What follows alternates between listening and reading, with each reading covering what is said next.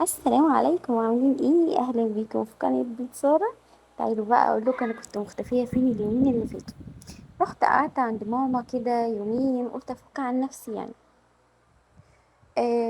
قعدت معاها يومين، ويوم ربنا يبارك لها يا رب سبت لها البنات ونزلنا. خرجت انا وزوجي وكده. رحنا الاول مطعم، اكلنا في بتاستا. المطعم ده تحفة. أسعاره بتبقى شاملة الضريبة، يعني انتوا بتحسوا ان السعر غالي بس هو بيبقى شامل الضريبة وشامل كل حاجة. وغير كده الأكل مخدوم ونضيف جدا، احنا بقالنا سنين معاه. وما ينفعش اروح بقى المنشية وما اكلش من الحلوي. لازم اجيب كده كام واحدة بلح الشام، على كام حاجة شرقية كده. لازم، ما ينفعش. ورحنا سوق الحقانية وصورت لكم هناك الحاجة. ده كان جوه السوق نفسه. لقيت المج ده ب90 جنيه. انا عايزه اجيب مج للايس كوفي. بس في حد عندنا بيبيعه ارخص من كده يعني.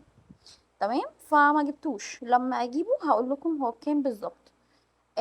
ده بقى كان بره السوق. عنده حبه اطقم يا بنات، تحفه تحفه ما شاء الله. موجود عند اول سوق الحقانيه. الاطقم بتراوح سعرها من 2500 لحد 3.5. ابو 3.5 ده هو اللي بيدخل الفرن.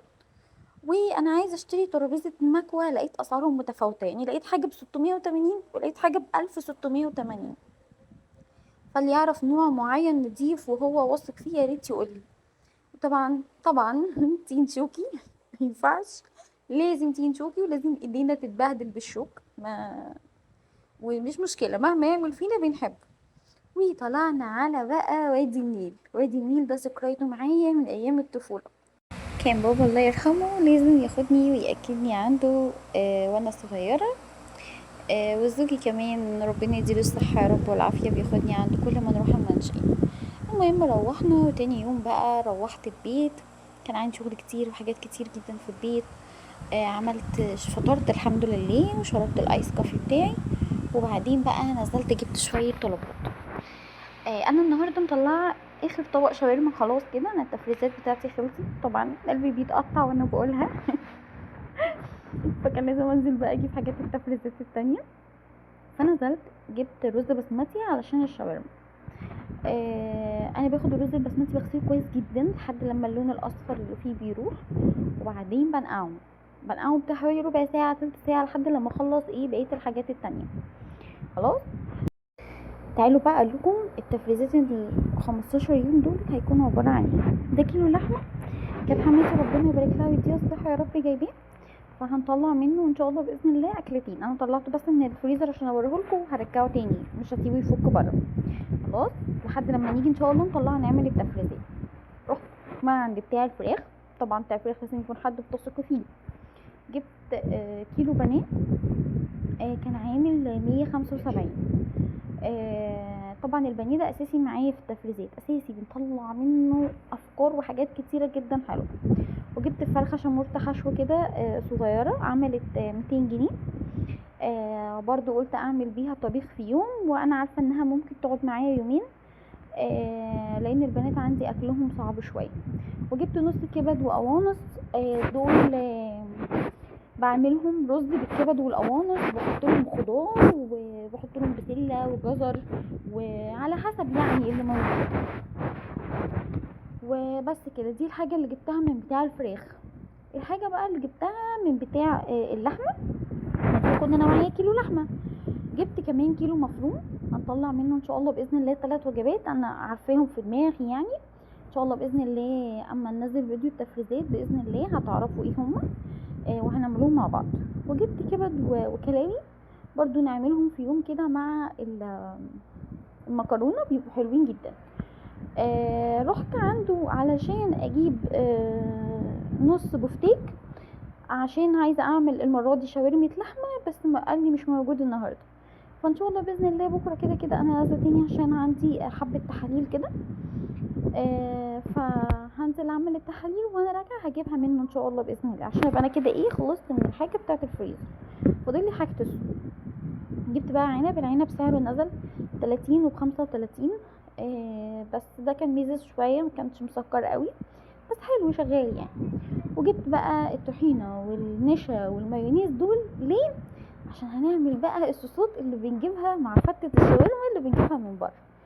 هتعجبكم جدا، وقد ايه سهله وقد ايه موفره ونضيفه، انت اللي عاملاها في البيت بجد هتدعولي والله. بس جربوا الطريقه اللي هقول لكم عليها بيها. المهم خدت الطحينه بتاعتي وفديتها في البرطمان. البرطمان بتاعي بتاع الطحينه ده ممكن اسيبه بره اصلا، ما احطوش في التلاجة عادي جدا. المهم ان ما يطلوش ميه خالص، يعني لو هحط فيه معلقه، المعلقه ما تكونش مبلوله. هحط فيه معلقه، المعلقه دي ما تكونش مستخدمه لاي حاجه تانية خالص. تمام. طيب تعالوا بقى اوريكم ازاي بعمل التوميه في البيت.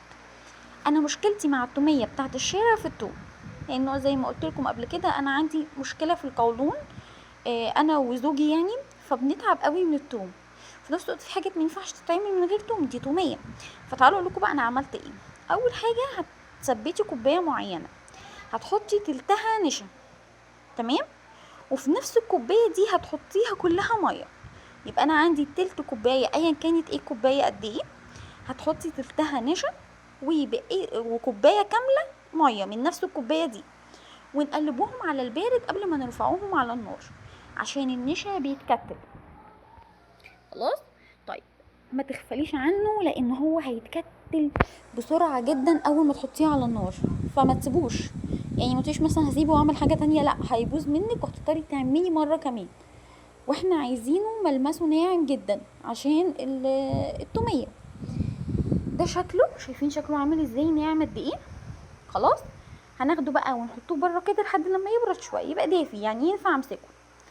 بصوا بقى كميه التوم اللي انا اخداها دي من التوم المفروم بجد، يعني انا ما وصلتش ربع معلقه، يعني حتى ربع المعلقه انا لسه ما وصلتلهاش. هاخدها واحطها في الكب، وهحط عليها كمان معلقتين من اللبن. طب اللبن ضروري، هو اللبن ضروري علشان هيخلي لونها فاتح، فاللبن هنا حاجه انا مش هعرف استغنى عنها. ماشي. فهاخد معلقتين من اللبن، وهاخد اقل من ربع كوبايه زيت او معلقتين زيت خلينا نقول. ماشي. الزيت دوت علشان يخليها بتلمع كده، وكمان يخليها تمسك نفسها. تمام. وهنحط معاها يا اما زبادي، بس خلي بالك الزبادي مش هيديكي طعم التوميه بتاعت الشارع، هيديكي طعم، فيه طعم توميه وكل حاجه، بس مش شبه اللي بتجيبيها من بره. لو حطيتي زبادي هتضربي الاول الزبادي مع معلقه صغيره من الملح عشان الزبادي برضو ما يكتلش. طيب الزبادي، علبه الزبادي ب7 جنيه. تمام. دول تلاتة مايونيز، 3 وحدات مايونيز ب5 جنيه، 3 ب5. طب ما هي ده العكس، المايونيز اوفر اهو. فهاتي 3 اكياس من اللي هما المايونيز الكبار دول، هيقضوا معاكوا في الواجب وهيطلعوا معاكوا التوميه تحفه جدا ان شاء الله باذن الله. طب انا حطيت كميه صغيره من التوم وانا عايزه اعمل توميه، اعمل ايه؟ بحط توم باودر. خلاص. بس بزود شويه، بحط مثلا معلقه كبيره من التوم الباودر، بتديني طعم التوميه والله شبه بتاع بره وتحفه. ماشي. بناخد بقى الحاجات دي. خلي بالكم انا المفروض هنا كنت حطيت معلقتين خل، بس انا نسيت هقول لكم. انتوا هتشوفوا يعني معايا انا هحطهم امتى. خلاص. بس انتوا في الوقت ده حطوا معلقتين خل او معلقه ونص على حسب انتوا بتحبوه لاذع بنسبه قد ايه. تمام. هاخد بقى الخليط اللي انا ضربته في الخلاط دوت واحط عليه النشا اللي انا كنت عاملاه. هو ده بقى اللي هيديله القوام والسمك بتاع التوميه. هتضربيه، والله حباه اخف من كده خفيه بميه او بلبن براحتك. حباه زي ما انا ما مطلعاه كده، بصوا انا مطلعاه شبه التوميه اللي بناكلها بره، يعني مش خفيف ولا تقيل. خلاص. انتي بقى حابه تخفيه عن كده براحتك، شوفي انتي حباه ازاي، القوام اللي انتي بتحبيه. القوام ده هتتحكمي فيه بعد ما تضربي تحطي ميه وتشوفي وهكذا. تمام. عايزه اقول لكم بقى كان طعمها تحفه جدا، كانت ناعمه جدا، ما فيهاش طعم توم يضايق. مش بعد ما تاكلي هتحسي ان ريحتك توم وبقك ريحته توم ومتضايقه، لا خالص خالص والله. جربوها بس بالطريقه دي وان شاء الله باذن الله هتدوري. خلاص. ممكن بقى تشيليها، دي مش للاكله بس، دي هتقعد معاكي بقى، اعملي بقى بطاطس، اعملي اي حاجه معاكي التوميه بتاعتك. تعالوا بقى اقول لكم على حاجه عرفتها من حد ربنا يبارك له يعني، عن الطحينه. دلوقتي عربيه الفول بتحط طحينه كتير جدا في الفول، بس الطحينه غاليه. طب هم بيعملوا كده ازاي؟ موضوع محير جدا. عرفت منه بقى بيعملوا ايه.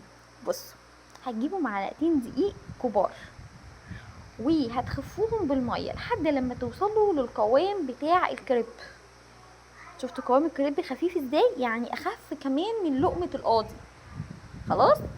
طيب وبعدين حطي عليها توابل الطحينه بتاعتك، اللي هي مين؟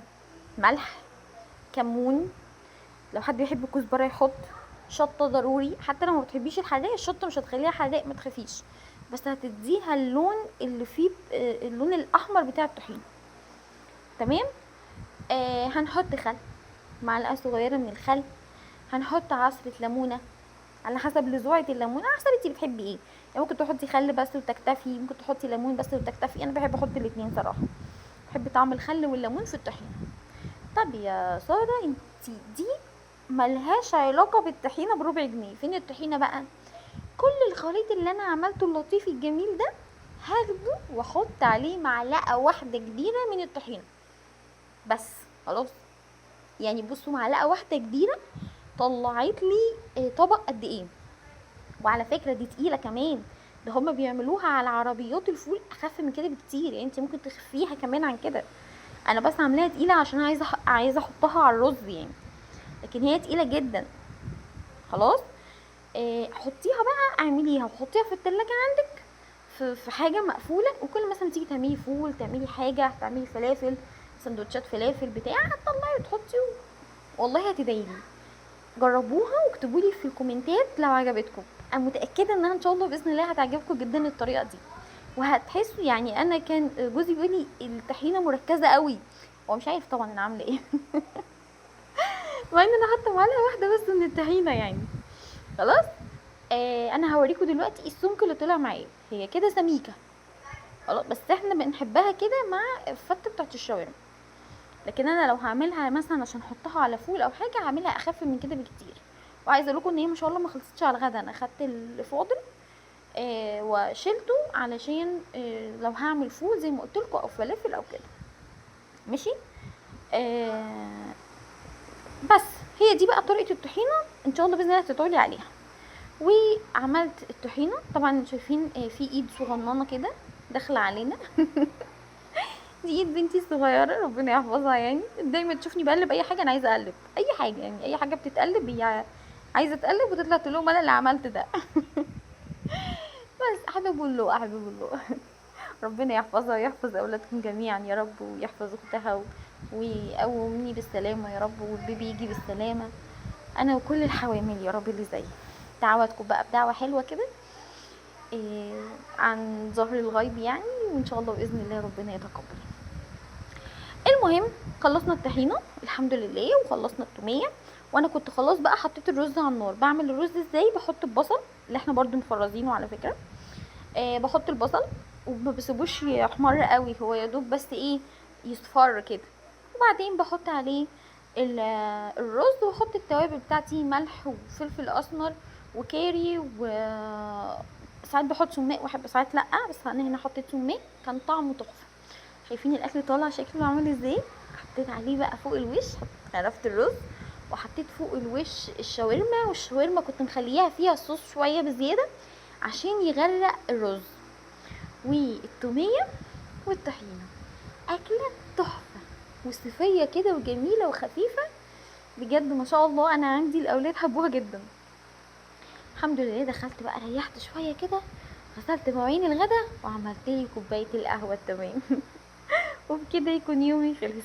لو عجبكم الفيديو ما تنسوش اللايك والشير والسبسكرايب ودعوه حلوه من قلبكم. مع السلامه.